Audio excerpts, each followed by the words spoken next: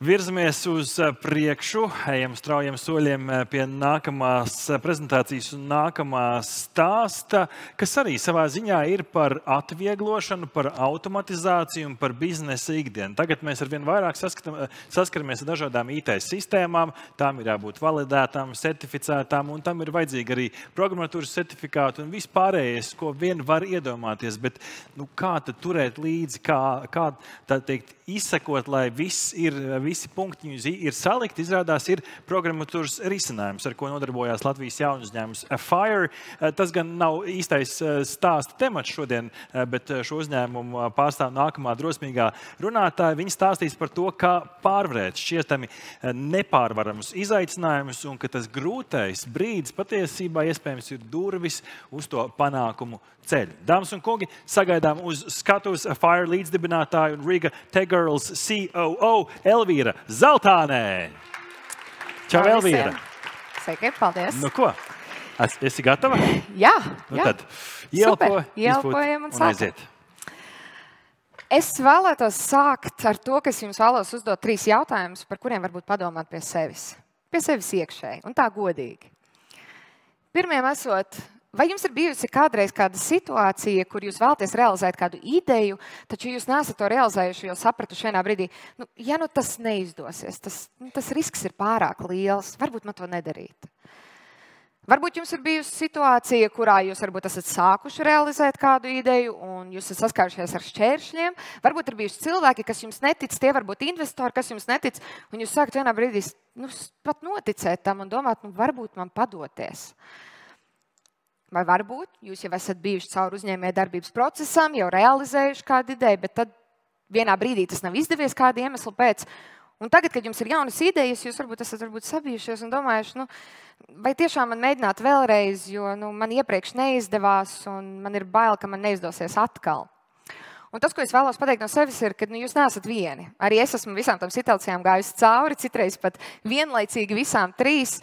Un patiesībā tas, ko es vēlējos ar jums dalīties, ir, ka arī mūsu jaunu uzņēmumu dibināšanas pieredzē un visā tajā ceļā es vēlējos pastāstīt par to, kā kļūdas, nevis tieši izvairīšanās no kļūdām, ir bijis viens no tādām kā atslēgām mūsu ceļā, kur mēs esam nonākuši šodien.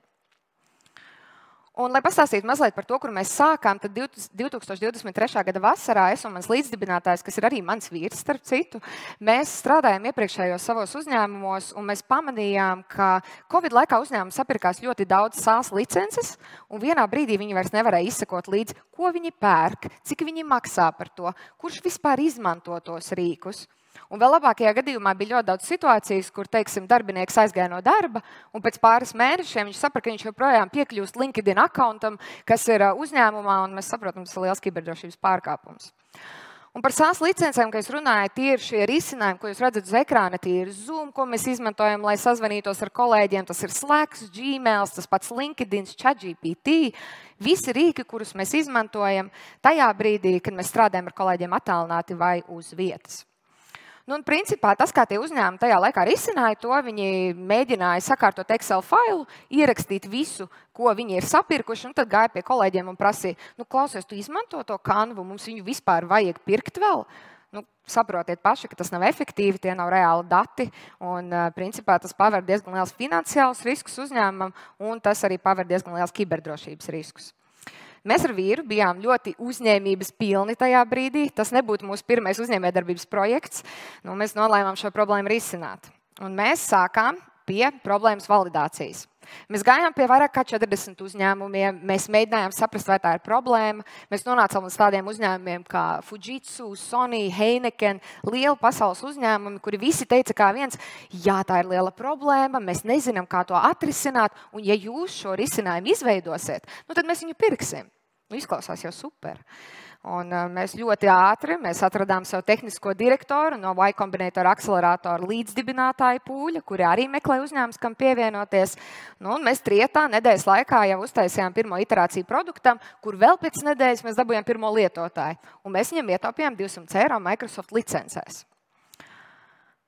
Un 4 mēnešu laikā, lai iedotu tādu perspektīvu, priekš mums tas bija tāds baigais temps un liels lietas, kas notika, jo mēs validējām problēmu, mēs uzbūvējām MVP, mēs dabūjām pirmo klientu, kuram ietaupījām naudu, mēs iekļuvām finālā Textualā 50 Founders Battle un investori sāka nākt rosīties.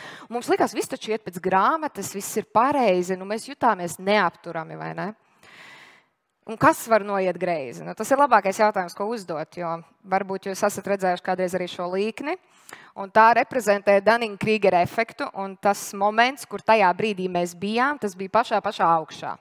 Mums likās, ka mēs visu zinām, viss iet pēc grāmatas, bet ja jūs arī redzat, kas notiek pēc tās augšas, tas ir tas, kas īstenībā arī notika ar mums, ka mēs sākām runāt ar saviem pirmajiem klientiem, kuriem mēs mēģinājām pārdot savu produktu.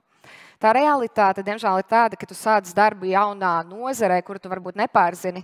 Ja vēl uzspīd kāds veiksmes faktors, liekas, ka I'm on top of the world, es visu zinu. Bet realitātē, ejot dziļāk tajā visā, tu saproti, ka tas nav tik vienkārši. Ir ļoti daudz aspektu, kuri varbūt nebija zināmi pirms tam. Un tas svarīgākais jau īstenībā ir tajā apakšā neapstāties. Ietam cauri, turpināt izzināt un lēnā garā, līdz tu kļūsti par nozares ekspertu. Mūsu gadījumā, mēs, kad sākām runāt ar klientiem, viņi mums sāka teikt, jā, tā ir problēma, bet vai mēs to pirktu? Īsti nē, jo mēs īsti nezinām, kurš cilvēks tiešām izmantos to jūsu produktu visu dienu, un mums tas īsti neatmaksājas. Ko tas nozīmēja mums? Tas nozīmēja mums, ka mēs to dzirdējām 1, 2, 3, 4 reizi. Mēs sapratām, ka tā ir tendence, un mēs iespējams esam izdarījuši kļūdains secinājumus par hipotēzi, kam tas produkts ir vajadzīgs un kā to problēmu risināt. Un principā bija tikai 3 varianti. Viens ir tātad pieņemt to, ka mēs ignorēt, pareizāk sakot, to, ka mēs esam kļūdījušies un vienkārši turpināt skriet sienā ar to, kā tādi zirgi ar klapēm uz acīm.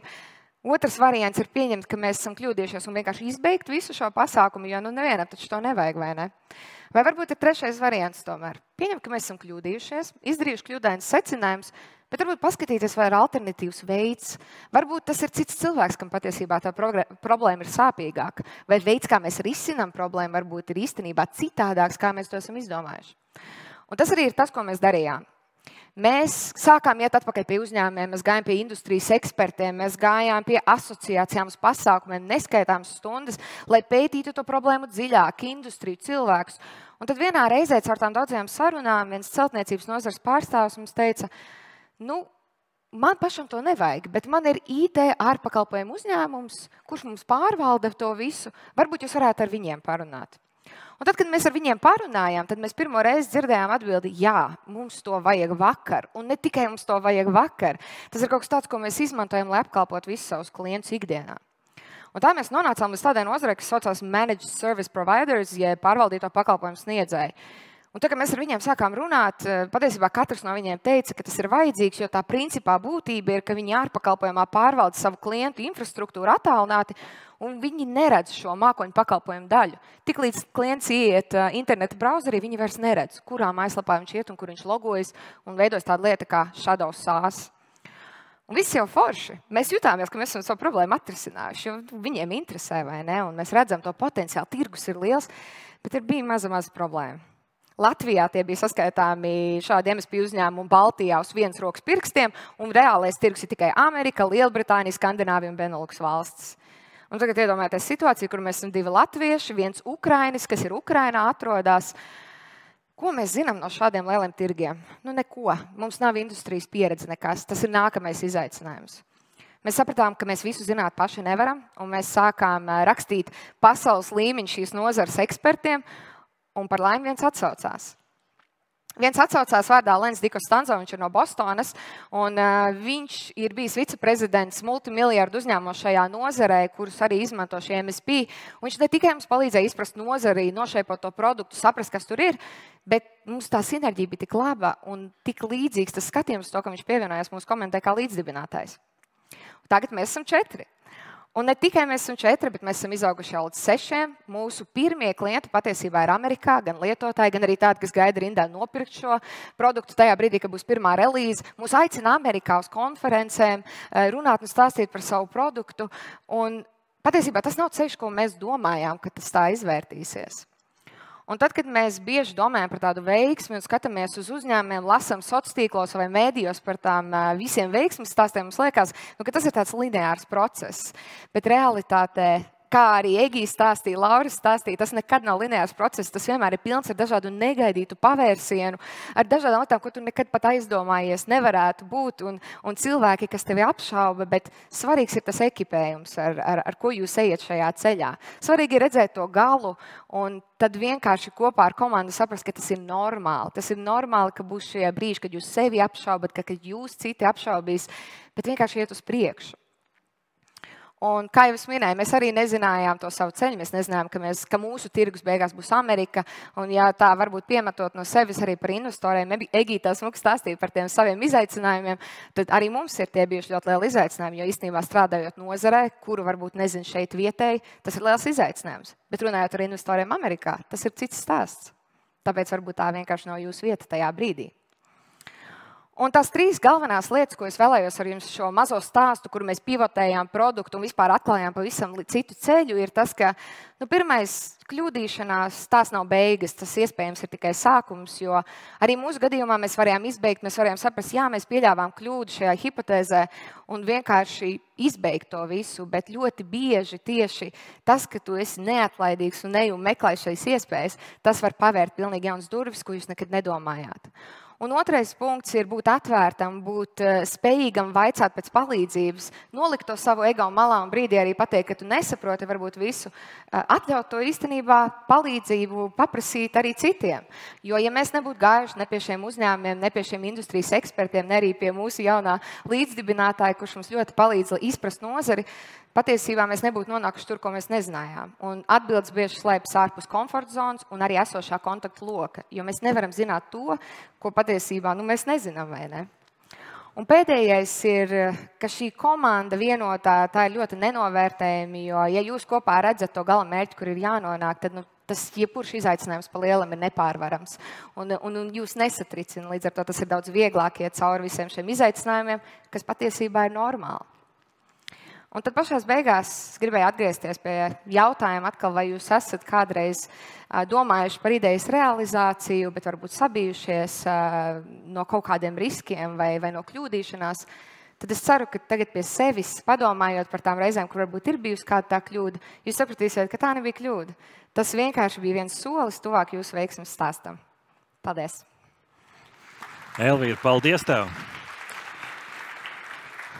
Mums ir aptuveni kāds 2 minūtes. Paņemsim ātri kādus jautājumus. Pirmais jautājums man šeit ir ļoti labs. Mēs dzirdam par tiem biznesa izaicinājumiem, par to izaugsmu. Tas viss ir ļoti iedvesmojoši. Bet šodien mēs mazāk pieskaramies tai privātai pusē. Ja tu vari pašķirt to labs pusi, kā veidot to balansu starp biznesu un privāto dzīvi, ņemot vērā to straujo izaugsmu, kas bija, vai vispār privātā dzīve eksistē tajos 4 mēnešos? Es teikšu godīgi, ir ļoti grūti. Sākuma posms vienmēr noteikti ir ļoti, ļoti intensīvs. Un tiešām sākot uzņēmējdarbību ir jāsaprot, ka tas pirmais posms, tas tiešām būs tas, kur tu haslosi, kur tu strādās un iespējams varbūt arī kompromitēs kaut kādām privātās dzīves lietām. Bet tā ir investīcija nākotnē. Un tā ir jebkura. Mums visur ir jāmācās un visur ir jādara, pirms mēs kaut ko varam sasniegt. Un galu galā arī Lauris minēja, viņš dara, ko viņš mīl, un tas ir tas galvenais, kur mēs gribam nonākt, vai ne? Un ja tas ir tā dēļ, tad tas ir tā vērts. Šodien arī daudz tiek uzsvērts par to, ka ir jādomā globāli, jāeksportē, un šeit vairāk jautājumu ir par to, kā atrast to varbūt ceļu uz pasauli, kā pavērt tās durvis, paskatīties plašāk gan no investoru puses, gan no drosmes puses. Ir kaut kādas tādas pārbaudītas atziņas, jo skaidrs, ka mums ir LIA, kas palīdz ar dažādām iespējām, ir programmas, ir akceleratori, ir investori, biznesa eņģeļi, bet kas jums nostrādāja un kas tavuprāt ir tas, uz ko ir vērts likt to kārti? Jā, mēs daudz esam par šo vispār iekšēji arī domājuši un runājuši, un arī ar citiem startupiem, kuriem mēs esam runājuši, mēs esam saņēmuši atbildes, kā jūs tā izdomājaties uz to Ameriku, jo parasti jau tas ceļš ļoti bieži mums ir, mēs patestēsim šeit, un tad mēs aiziesim uz to lielo Ameriku, vai ne? Bet mums jau īsti nebija izvēles, ja godīgi. Ja mūsu vietēji investori nesaprata tirgu, mūsu tirgus ir tur, mums ir jāmēģina tur, vai ne? Un īstenībā, tad, kad to sāk darīt, Nav jau nekāda starpība. Tas cilvēks ir tāds pats kā šeit.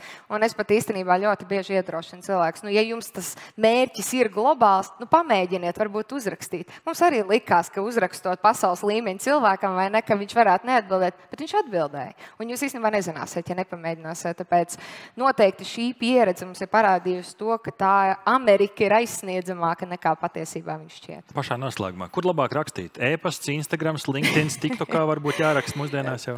Instagrams, e-pasts. Man bija īstenībā pēdējais slaids, kur es neparādīju, bet droši var man rakstīt arī LinkedInā atrast, un es atbildu vienmēr pēc savām iespējām. Meklējiet un atrodiet viņu ar aplausiem Elvīra Zaltāne. Paldies, Elvīra! Paldies tev! Paldies.